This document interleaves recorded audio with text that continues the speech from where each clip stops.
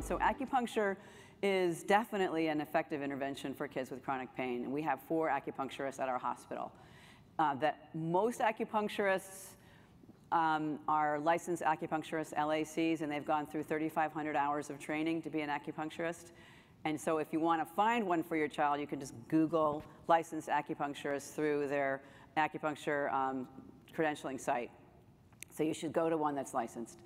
Also, about 1/3 of acupuncturists are doctors, so the MD acupuncturists as well, and they've gone through classes either in Los Angeles or Boston, and that's a 500 hours. So it's not quite as many hours of training, but they've already been, obviously, to medical school, et cetera.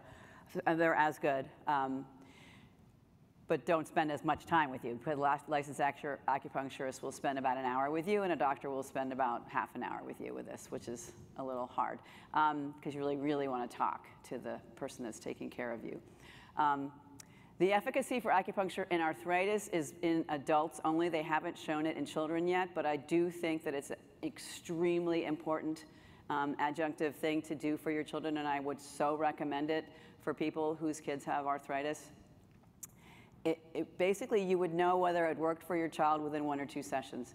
So if you go and you've gone 6 or 7 times and it still hasn't done anything, I wouldn't keep doing it. I think it's important, though, because lots and lots of kids don't want the needles. They're terrified of them, even though they're like the diameter of your hair. They're really thin and they're not hollow. Of course, they're solid needles, and they should throw them away after one use. So a lot of acupuncturists are also trained in shiatsu or pressure acupuncture. So you can bring your child and say, we're not going to do needles, we're going to just do pressure.